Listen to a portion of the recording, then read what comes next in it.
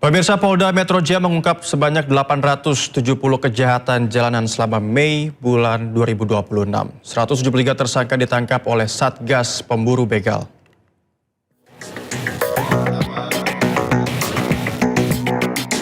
Menurut Direktorat Reserse Kriminal Umum Polda Metro Jaya, selama periode Mei 2026 ada 1.283 laporan kejahatan jalanan.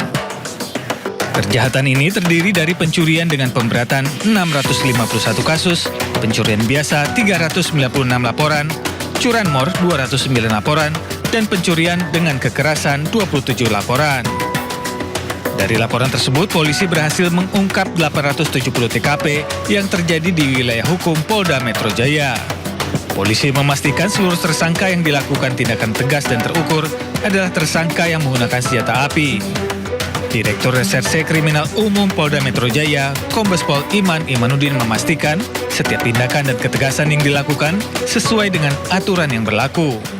Tentunya tindakan tegas dan terukur yang kami lakukan berdasarkan pertimbangan keselamatan masyarakat di mana saat kami melakukan penangkapan tersebut dan pertimbangan keselamatan dari petugas kami di lapangan yang sedang menjalankan tugas.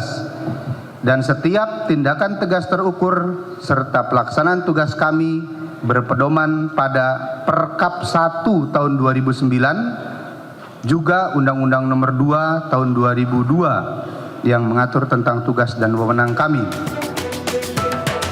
Selain melakukan penindakan, kepolisian juga mengoptimalkan langkah pencegahan melalui patroli di titik rawan kejahatan serta memanfaatkan jaringan CCTV. Dari Jakarta, Tim Liputan iNews melaporkan. Seorang warga negara asing asal Brunei Darussalam tewas setelah dianiaya oleh seorang pria di kawasan Blok M, Kebayoran Baru, Jakarta Selatan. Satu, dua, tiga. Nah, ini yang mukul. Kejadian bermula saat korban bersama rekannya sedang duduk di kawasan Blok M Hub.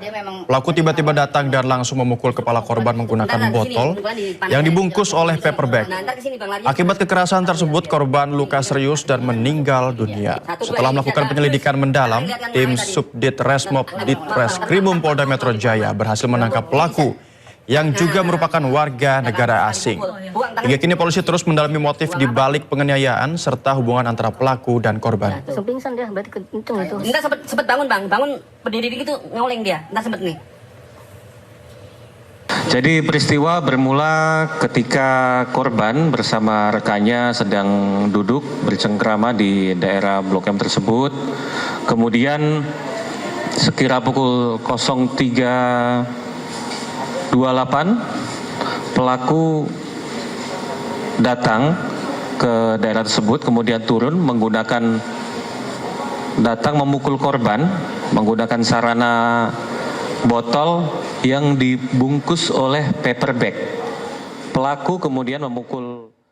Seorang pendaki wanita berkewarganegaraan Malaysia yang mengalami cedera serius di Gunung Rinjani, Lombok berhasil dievakuasi. Korban terjatuh saat turun di jalur pendakian. Evakuasi medis udara atau EMU terhadap seorang pendaki wanita asal Malaysia berhasil dilakukan oleh tim SAR Mataram. Pendaki yang terjatuh di jalur pendakian saat turun dari arah puncak mengalami cedera serius hingga tidak dapat menggerakkan seluruh tubuhnya. Evakuasi sempat mengalami penundaan akibat kabut yang begitu tebal. Korban dievakuasi dengan helikopter untuk menjalani perawatan medis di Rumah Sakit Medika Sanur, Bali.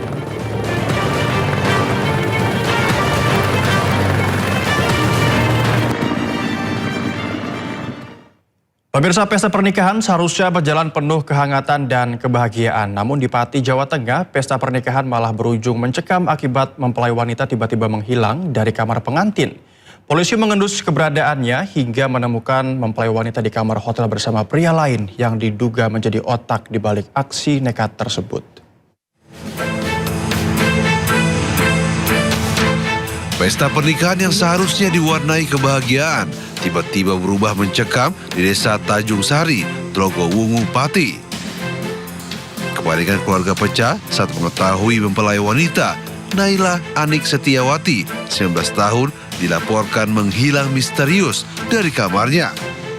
Padahal seluruh undangan hingga makanan untuk pesta penyambutan rombongan mempelai pria Muhammad Musalim, 33 tahun, sudah tersedia. Peristiwa berawal saat keluarga mendapati kamar Naila kosong melompong pada pukul 3 dini hari. Meski malu dan hati hancur, keluarga mempelai wanita lalu mengabarkan berita pahit ini ke pihak mempelai pria. Sontak pesta pernikahan dibatalkan. Orang tua Naila kemudian melapor ke Polsek Tlogowungu terkait hilangnya sang anak. Selang 2 hari, misteri ini terungkap. Polisi mengendus keberadaan Naila di sebuah hotel dekat alun-alun Jepara bersama teman prianya Davin Febriansyah, 18 tahun. Hasil pemeriksaan, pria ini membantu dan menjemput Naila dalam pelarian nekatnya. Keberadaan dari perempuan tersebut di salah satu penginapan di sekitar alun-alun Jepara bersama dengan rekan prianya yang membantu untuk melarikan diri menghindari pernikahan yang bersangkutan. Kasus ini pun kini ditangani penyidik dari Polres Pati dan 2 orang yang diamankan dari kamar hotel masih dalam pemeriksaan terkait motif pelarian mempelai wanita. Dari Pati, Jawa Tengah, Vindi Agil melaporkan. Polisi mendatangi kantor wedding organizer Marwah dan catering service di Cakung, Jakarta Timur. Korban melakukan fitting baju di kantor WO sebelum akhirnya kasus dugaan penipuan terjadi.